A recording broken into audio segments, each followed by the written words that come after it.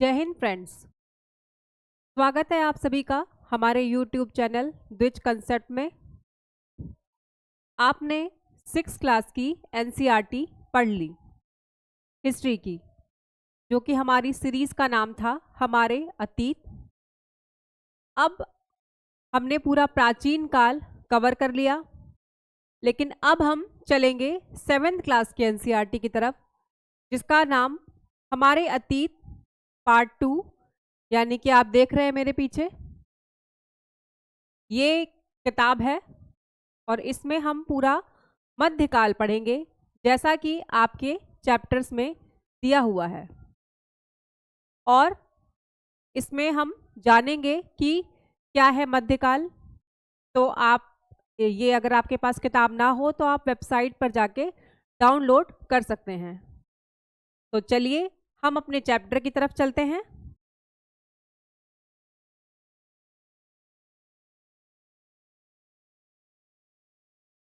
चलिए, हमारे अतीत, ये क्लास 7th की NCERT है, ये देख लीजिए आप सभी।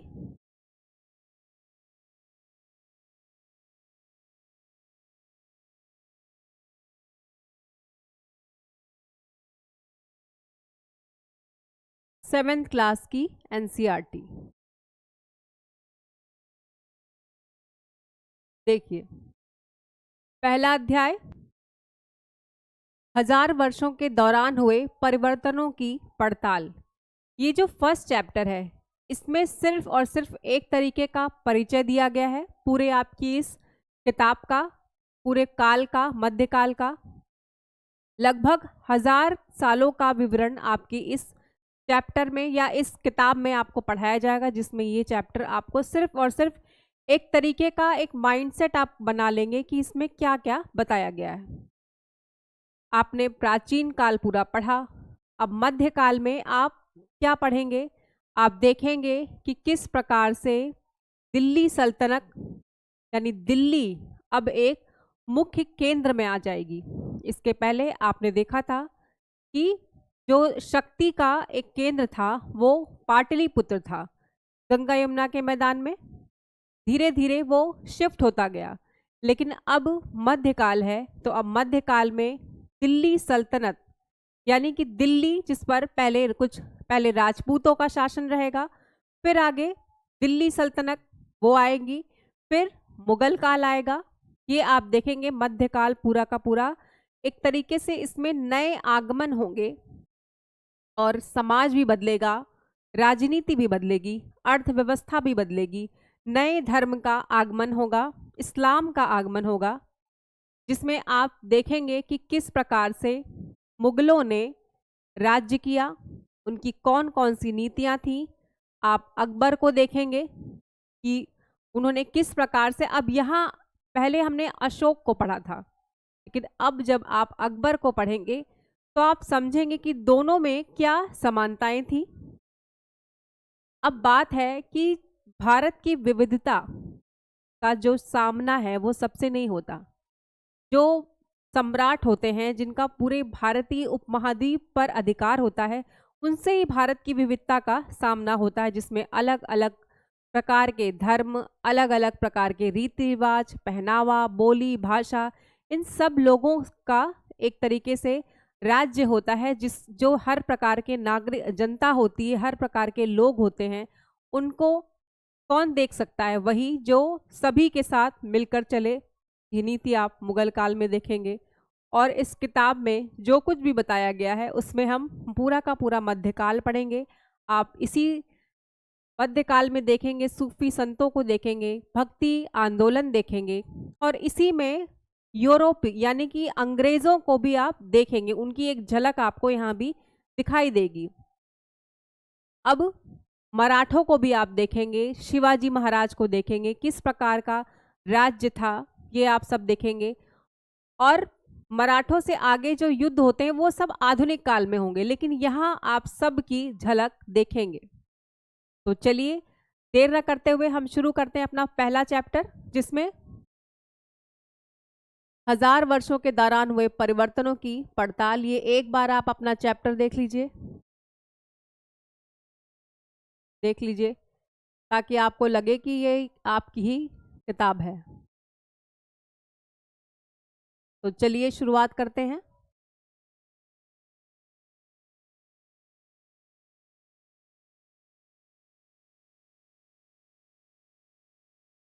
बात है सबसे पहले तो आप ये जान लीजिए कि एक इसमें मानचित्र का वर्णन किया गया है। ठीक, अभी आपने देखा था, तो फिर से एक बार देख लीजिए।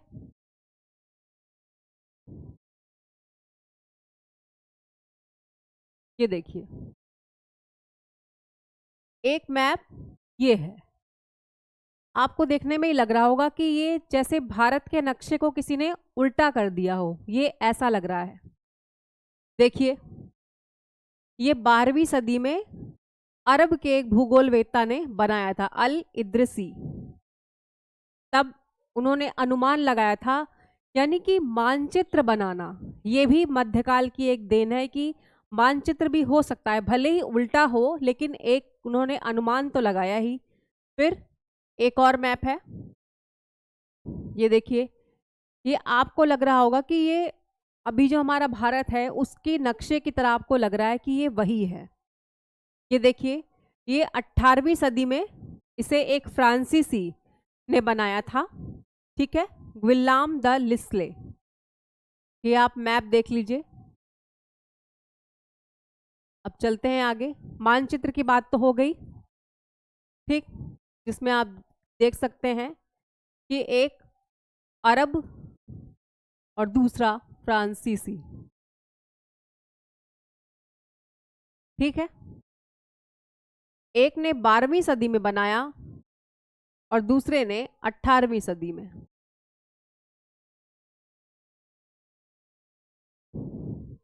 ये बात बताई गई।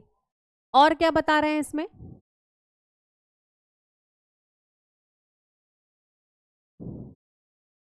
अब बात आती है कि नई पुरानी शब्दावली, ये क्या चीज है? नई पुरानी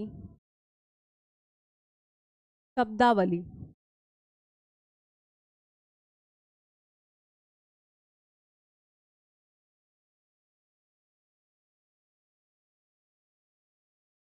इसमें सबसे पहले कुछ शब्द हैं,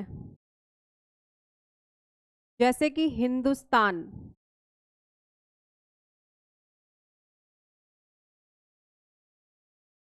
हिंदुस्तान, इसमें क्या है?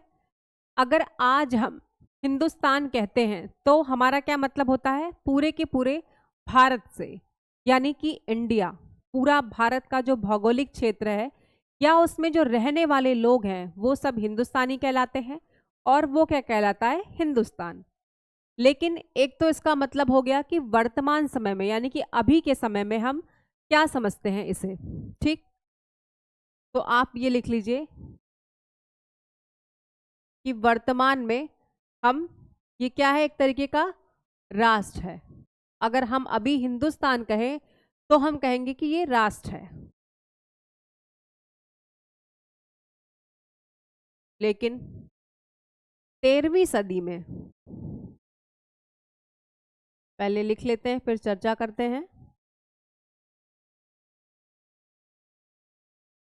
13वीं सदी में मिनांज ए सिराज नाम है उनका,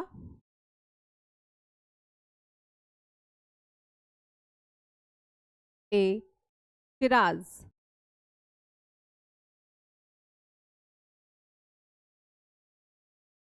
इन्होंने क्या कहा कि गंगा यमुना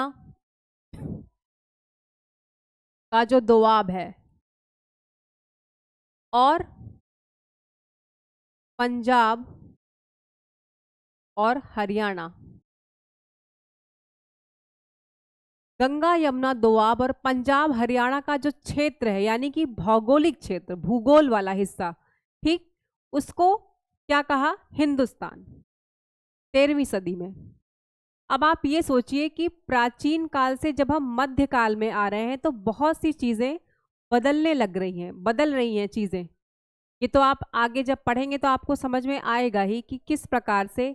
अब देखिए, यहाँ पर इतिहास को पढ़ते वक्त अपने दिमाग में ऐसे भाव से पढ़ना है कि ये हमारा इतिहास है और हमें किसी भी चीज़ की वकालत नहीं करनी है, ना कोई पूर्वाग्रह लेके हमें बैठना है किसी के भी बारे में। आप स्टूडेंट हैं तो स्टूडेंट की तरह पढ़िए, और इतिहास के तो सभी विद्यार्थी हैं, चाहे वो स्कूल में पढ़ते हो या ना पढ़ते हो, कोई भी हो, वो सभी इतिहास के आगे विद्यार्थी हैं। हमने आपसे कहा था कि इतिहास हमारे गुरु के समान है। तो इसीलिए अब जब पूरा का पूरा मध्यकाल आपको इस्लाम से दिखाई देगा कि मुगल हैं, तुर्क हैं, ये सब लोग आपको यहाँ पर दिखाई देंगे। तो ये जान लीजिए, पहली बात तो आप यही समझ लीजिए कि जो इस्लाम था वो एक प्रकार का जो धर्म है, या आप ये कहिए कि जो बाहर के लोग जिन्हें हम उन्हें विदेशी समझते हैं, अभी आगे आएगा शब्द विदेशी क्या है, उसमें क्या है, वो आते हैं लेकिन वो जाते नहीं हैं। वो आए, अकबर आए, बाबर आए, लेकिन हमारे देश में ही रह गए। देखेंगे आप दिल्ली सल्तनत के जितने सुल्तान हैं, इल्तुतमिश, कुतुबुद्दीन ऐबक, अलाउद्दीन खिलजी, ये सब आते तो हैं लेकिन वापस नहीं जाते। यहाँ के बोली, भाषा, संस्कृति में घुल मिल जाते हैं, यहीं के बनकर रह जाते हैं। अपना जो धन है भारत का वो कहीं लूट कर वो लेकर नहीं जा रहे हैं। लूटने वाले अलग हैं, जिसमें गजनी, आपका नाम, आपने गजनवी का नाम सुना होगा, आपने तैमूर लंग का नाम सुना होगा, नादिर शाह का नाम सुना होगा। ये सारे लोग लुटेरे थे, लेकिन ये जो मुगल्स हैं, ये और इस जो है आपके दिल्ली सल्तनत के लोग, ये क्या है, भारत के ही वासी बन गए, यहीं के बाशिंदे बन गए। तो ये पूरी की पूरी किताब आपको मध्यकाल की एक प्रकार से यात्रा करवाएगी। तो इसमें किसी भी प्रकार के पूर्वाग्रह के साथ मत पढ़िएगा, ये मत समझिएगा ये आपके इतिहास का हिस्सा है, पूरे भारत का इतिहास, यानी कि 1000 वर्षों का इतिहास। इसमें आपको बस ये जानना है कि कैसे लोगों का जीवन था, कैसी राजनीति थी, क्या अर्थव्यवस्था थी, क्या कुछ दिया है हमें मध्यकाल ने, इसका हम आज भी प्रयोग करते हैं। अगर आपको नहीं भरोसा हो रहा है तो लाल किला, वो एक महज इमारत ही नहीं, अगर मध्यकाल ना होता तो लाल किला तो होता ही नहीं। तो कैसे पता चलता कि लाल किला जिसकी प्राचीर पे खड़े होकर ध्वजारोहण किया जाता है 15 अगस्त पर, वो नहीं होता। तो इसे आप ये समझिए, ताजमहल वो भी मध्यकाल की देन है। ताजमहल ने आज कितनी बड़ी भूमिका निभाई है भारत में एक प्रकार के उद्योग, पर्यटन को बढ़ावा देने में। कुतुब मीनार, ये सारी जो इमारतें हैं ये मध्यकाल की देन है, जो कि आज भारत की विरासत के रूप में हमारे सामने खड़ी है। तो हमें उसी प्रकार से पढ़ना है, बिना किसी चश्मे के। तो धर्म का चश्मा तो लगाइएगा नहीं, क्योंकि आप इतिहास के विद्यार्थी हैं और इतिहास के विद्यार्थियों के लिए ये बिल्कुल भी शोभा नहीं देगा। तो भले ही हम 7th क्लास की एनसीईआरटी पढ़ रहे हो, लेकिन जो विचारधारा होती है वो छोटे पर से ही बन जाती है। तो आप इसे अपना इतिहास समझ के पढ़िएगा कि ये भारत की कहानी है, तो हम इसे जानें। ठीक है, तो चलते हैं आगे। हम बात कर रहे थे हिंदुस्तान शब्द का क्या मतलब है। अब आगे इसी शब्द का क्या मतलब हो गया, चलिए अब बारी आती है कि यहाँ पर कह रहे हैं कि 16वीं सदी में इसी शब्द को बाबर की नज़र से हमें देखना है और अमीर खुसरो,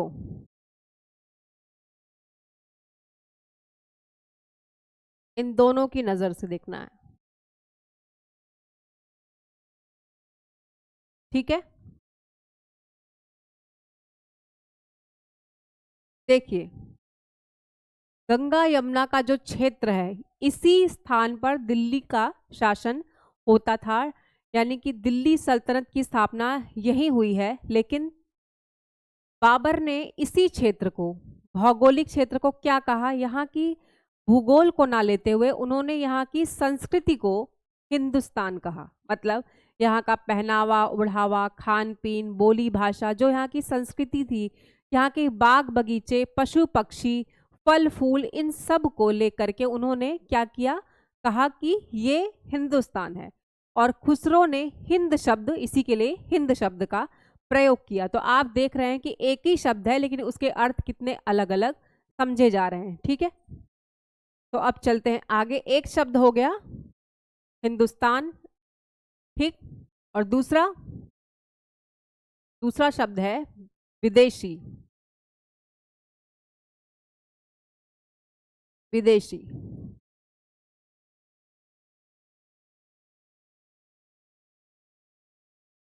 ठीक है। अब विदेशी के लिए भी आप देखिए, एक तो इसमें भी वर्तमान और मध्यकाल, इसमें ज़्यादा कुछ मेरे लिखने की ज़रूरत नहीं है, बस समझाने वाली बार की बात है। वर्तमान समय में अभी आज के टाइम में अगर विदेशी कहा जाए तो इसका मतलब होता है कि फॉरेनर, यानी कि जो भारत के नागरिक नहीं है वो विदेशी हैं।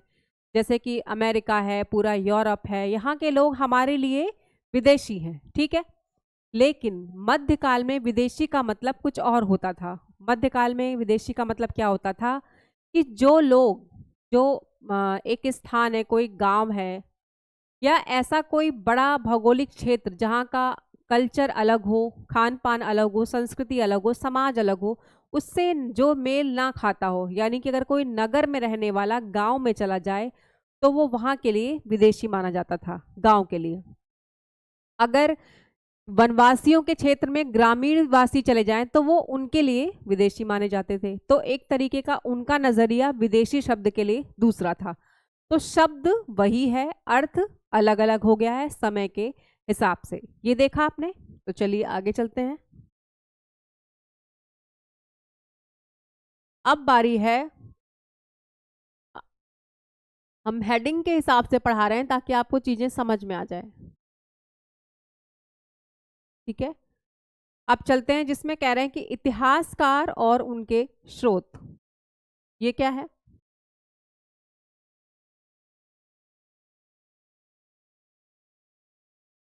और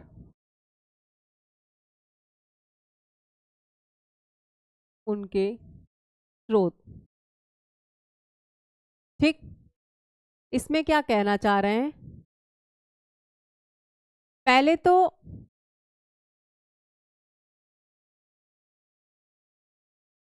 आप पहले ये बना लीजिए कि प्राचीन काल में,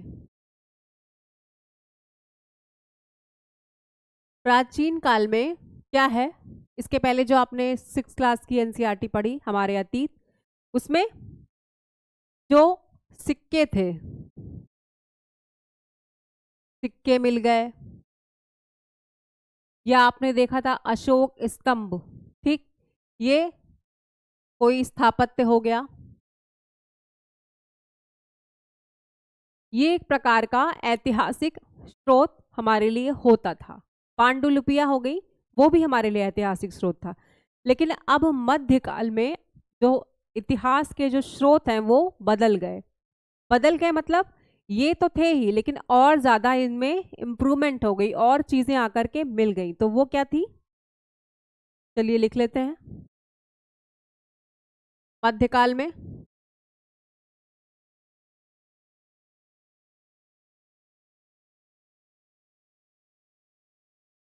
मध्यकाल में यहाँ पर एक बड़ी बात यह हो गई कि कागज आ गया। कागज, कागज मिलने लगा, सस्ता मिलने लगा, लेकिन प्रिंटिंग प्रेस नहीं थी। तो अगर आप ये सोचे कि छापा खाना, यानी कि जहां पर मुद्रण हो सके, प्रिंटिंग हो सके, ऐसी व्यवस्था नहीं थी। प्रिंटिंग प्रेस आधुनिक काल में की देन है, अभी की नहीं है। तो मध्यकाल में कागज का निर्माण हो गया था। और इसके पहले प्राचीन काल में क्या था, हमने आपको बताया था, कपड़े पर लिखा, लोग लिखते थे, ठीक, और पेड़ों की छालों पर लिखा जाता था। लेकिन अभी क्या है, मध्यकाल में कागज मिलने लगा है, तो इससे लिखने वालों की एक प्रकार से बहुत ज़्यादा भीड़ हो गई थी, जिसमें अब बहुत सी चीज़ें लिखी जाने लगी। दरबार में इतिहासकार रखे जाने लगे, वो लिखते थे। कवि लिखते थे राजाओं के विषय में। राजा स्वयं अपनी आत्मकथा लिखते थे, जैसे आप देखेंगे बाबरनामा। उनके संरक्षण में या तो उन्होंने खुद लिखा या लिखवाया, ये आप देखेंगे यहाँ पर। और आप देखेंगे आईने अकबरी, अकबर के समय लिखी गई। ये सब क्या है, एक प्रकार का हमारे लिए आज ऐतिहासिक स्रोत है। और बड़ी बड़ी मंदिरों में संतों द्वारा लिखा जाने लगा। जो अदालतों में यानी कि राजा के या मुगल शासकों के दरबार में जो भी न्यायिक क्रिया होती थी, उसको भी एक तरीके से साक्ष्य के रूप में लिखा जाने लगा।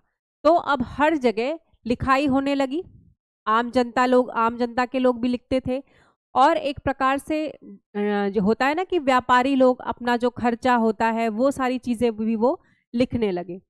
और एक समय पर एक बड़ी लाइब्रेरी में या आप कहें कि अभिलेखागार में, जहाँ पर इन सारी चीज़ों को इकट्ठा करके रखा जाने लगा। और अलग अलग राज्यों का भी अपना अभिलेखागार होता था जहाँ पर ये चीज़ें लिखी जाती थी। तो उनको एक प्रकार से अब भूमि में भी आप देखेंगे, आप आगे जब अलाउद्दीन खिलजी को आप पढ़ेंगे तो आप देखेंगे कि किस प्रकार से भूमि का उन्होंने अब अच्छा भूमि की क्वालिटी बढ़ाई, लैंड रिफॉर्म्स किए, कृषि के रूप में एक सुधार किया। इसके लिए क्या होता है कि ये सारी चीज़ें साक्ष्य के रूप में काम आने लगी। तो अब जमींदारों के पास अपने जो गांव के लोग थे उनकी सारी चीज़ें लिखित रूप में होती थी। ठीक, तो अब आपने अधिकतर फिल्मों में देखा होगा बॉलीवुड की, जिसमें आप देखते हैं कि किसान नाराज होते थे तो वो क्या करते थे, जो जिनसे उन्होंने कर्ज ले रखा है उनकी जो बही खाते थे उनको जलाने का कार्य करते थे। तो क्यों जलाते थे, क्योंकि उसमें जब होगा ही नहीं तो उनका हिसाब कैसे होगा। तो यही सारी चीज़ें आपको मध्यकाल में मिलने लग जाएंगी। तो बहुत बड़ी मात्रा में इस किस चीज़ की देन है, कागज़ की। ठीक, तो आप ये समझ लीजिए कि मैंने आपको बता दिया, आप अपने चैप्टर में इसको पढ़ लीजिएगा। और अगर नहीं है तो आप इसके सामने जो हम पढ़ा रहे हैं आप अपनी किताब खोल कर रखिए, तो ज़्यादा आपको जल्दी समझ में आ जाएगा। अब बात आती है कागज़ के बारे में, तो आपने जान लिया। चाहे तो आपको अगर लिखना ही है तो लिख लीजिए। धर्म ग्रंथ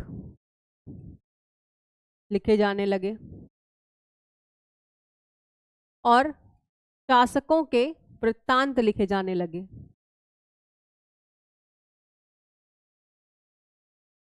ठीक, अब ये समझ लीजिए कि अभिलेखाकार एक हो गया था।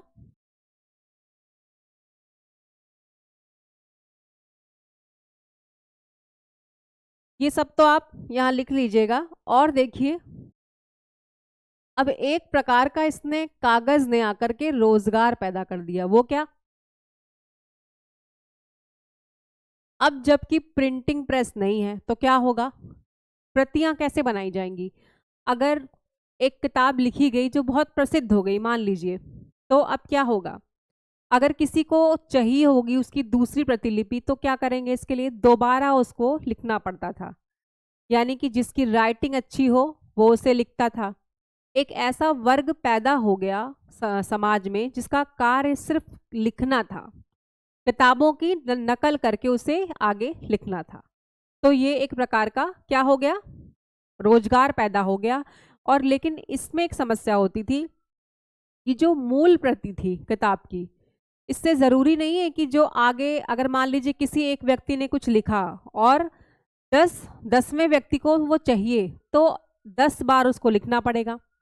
तो हमें, आपने देखा होगा अगर आप स्कूल में अगर आपकी कोई क्लास कभी मिस हो जाए तो अगर आप अपने किसी दोस्त की कॉपी मांग कर लाते हैं तो हो सकता है आपको उसकी राइटिंग ठीक ठीक समझ में ना आ रही हो, लेकिन फिर भी आपने अनुमान से उसको अपने हिसाब से लिख लिया। और अगर आपसे किसी और ने कॉपी मांगी तो उसने आपकी चीज़ों को लिख लिया और जो उसको समझ में नहीं आया उसने अनुमान से लगा दिया। तो ये चीज़ें एक तरीके से प्रेडिक्शन के भाव में आगे बढ़ती जा रही थी और इनमें थोड़ा थोड़ा परिवर्तन आता जा रहा था, जिससे जो मूल संरचना थी, जो मूल तत्व था, जो मूल कंटेंट था वो ही अलग हो गया। तो एक प्रकार से इसमें क्या हो गया, एक नए वर्ग का जन्म भी हुआ एक कार्य के रूप में, और लोगों तक ये चीजें पहुंचने भी लगी। ठीक है, तो चलते हैं आगे।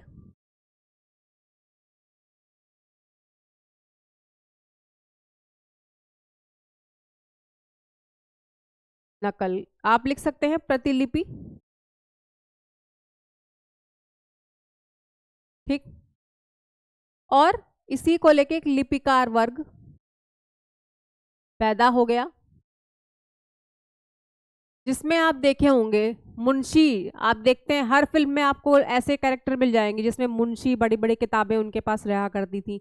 ये एक वर्ग है जिसको आने वाले टाइम में कायस्थ कहा जाता था।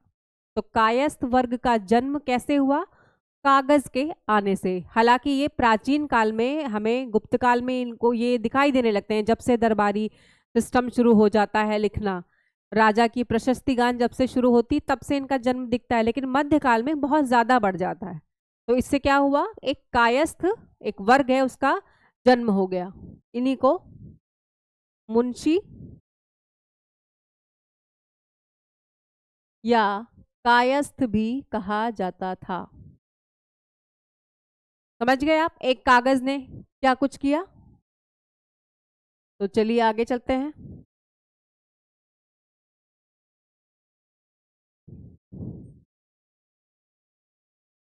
अब बारी आती है समाज की। समाज,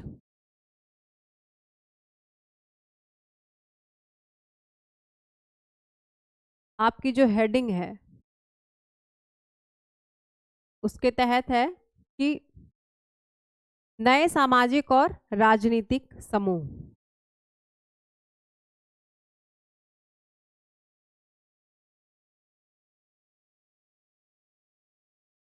और राजनीतिक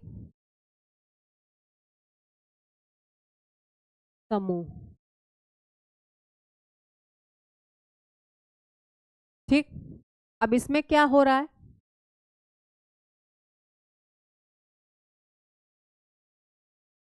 अब तो आप ये देखिए कि इसमें बहुत सी चीजें बदल रही हैं। क्या? सबसे पहले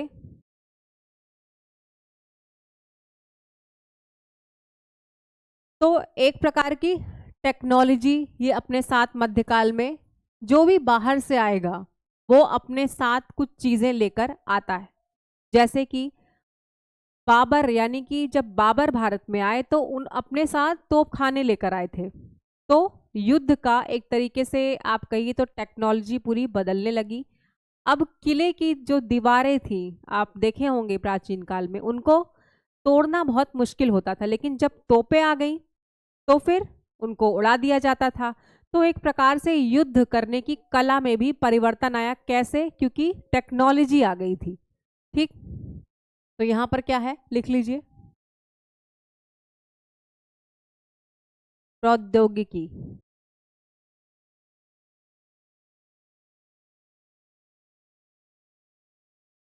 ठीक है,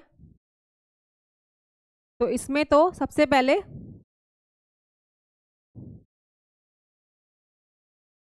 तीन जगह, एक कृषि में,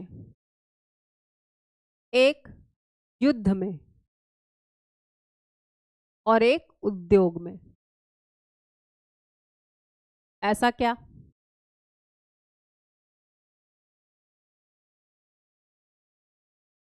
ये क्या बात है, बताते हैं अभी।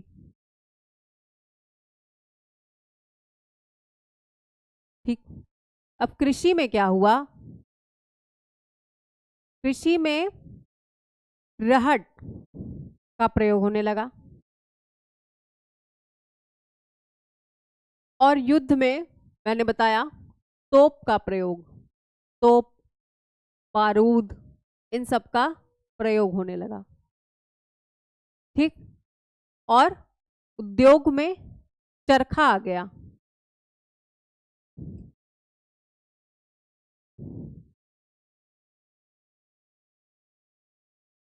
चरखा, टेक्नोलॉजी के ये परिवर्तन थे मध्यकाल के। अब क्या परिवर्तन हुआ?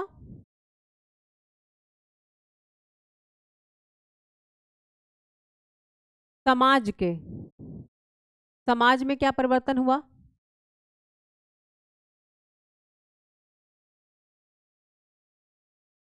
समाज में खान पान बदलने लगा।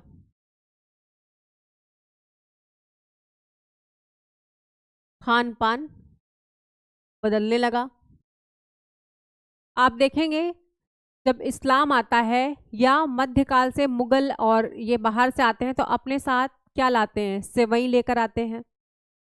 और उसी समय पुर्तगाली भी भारत आते हैं, वो पुर्तगाली नहीं, कंपनी की बात नहीं कर रहे हैं हम, व्यापार करने के लिए मध्यकाल में ही वो दिखने लगते हैं। अपने साथ आलू लेकर आते हैं और मिर्च बाहर से आती है हमारे यहाँ। पहनावे में सूट और सलवार का प्रयोग शुरू हो जाएगा। तो अब क्या होगा, समाज में ये चीजें जब बदलने लगती हैं तो समाज भी बदलने लगता है। तो नई चीजों का आगमन होने लगा, कॉफी का आगमन होने लगा, चाय का आगमन होने लगा, ये चीजें बाहर से आने लगी। ठीक, आप चाहें तो लिख लें।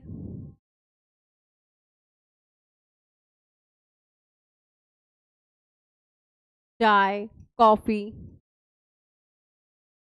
आलू, ये सारी चीजें बाहर से आने लगी। ये और भी आप इनके नाम बुक से देखकर अपने लिख लीजिएगा। हम आपको सिर्फ ओवरव्यू बता रहे हैं ताकि आपको पढ़ने में आसानी हो जाए, क्योंकि इस चैप्टर में कुछ नहीं है, सिर्फ सारी बातें ऐसी बताई गई हैं कि आपको ओवरव्यू एक प्रकार का मिल जाए ताकि आगे आपकी समझ थोड़ी बढ़ जाए। अब नए विचार भी आएंगे,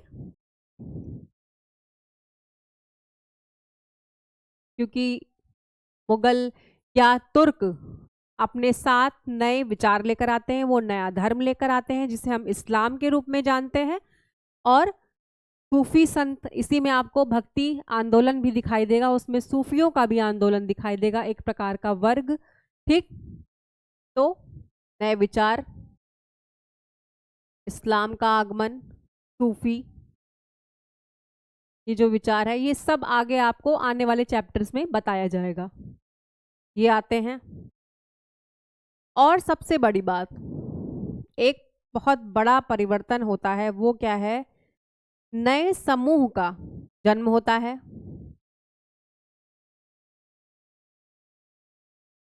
कौन सा? एक तो हम आपको बता चुके, कायस्थ। दूसरे हैं राजपूत।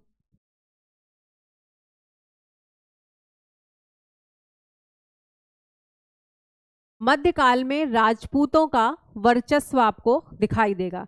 अब यहाँ पर प्राचीन काल जैसे जो क्षत्रिय क्षत्रिय जो वर्ग था, सिर्फ वही नहीं माना जाएगा इस वर्ग के। अब राजपूतों का वर्ग का विस्तार हो चुका था। अब राजपूत का मतलब था राजपुत्र, अब ये इससे निकला था, इस शब्द से।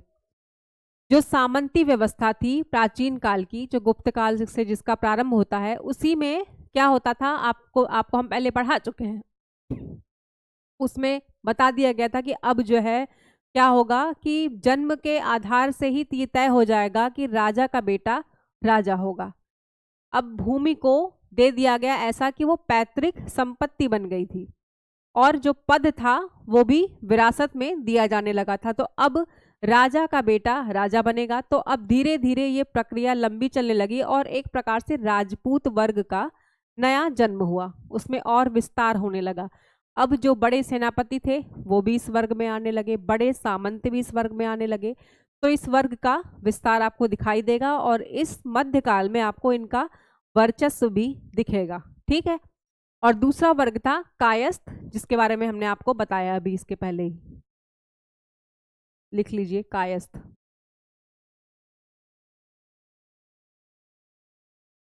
और अब आपको दिखाई देंगे चारण।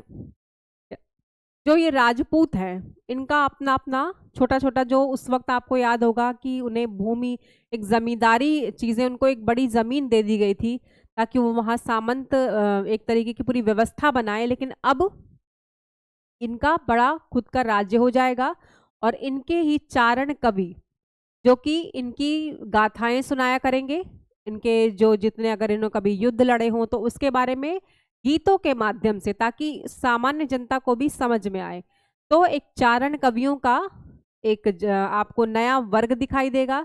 अब आपको यहाँ सिख, जाट, मराठा ये सारे लड़ाकू यानी कि योद्धा वर्ग आपको दिखाई देंगे। ठीक है, इस मध्यकाल में इनका वर्चस्व रहेगा। आप ये चीजों को समझिए कि अब आपको अपना प्राचीन काल से मध्यकाल की तरफ अब आप बढ़ रहे हैं, तो अपने दिमाग को भी उस प्रकार से थोड़ा सा बदलना पड़ेगा कि अब वो सारी चीजें हैं, कहीं गई नहीं, लेकिन अब उनका रूप बदल रहा है। तो जाट, मराठा, अब ये सब आपको यहाँ पर दिखाई देंगे। शिवाजी आपको यही दिखाई देंगे। ठीक है, और हमने बताया था चारण, चारण कवि। ठीक है, ये नए वर्ग का जन्म आपको समूह दिखाई देगा। अब अगर वैसा वर्ग हो गया है तो समाज भी बदलेगा, पहनावा भी बदलेगा। अब जब इतने सारे राजसी वर्ग आपको दिख रहे हैं तो अब धीरे धीरे आपको लगेगा कि छोटे छोटे बहुत सारे राज्यों का जन्म हो गया है यहीं पर। ठीक, तो अब एक और सामान्य जनता के बारे में जान लीजिए। सामान्य जनता,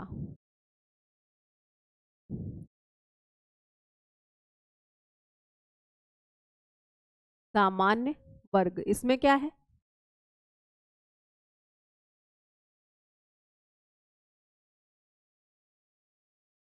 सामान्य वर्ग।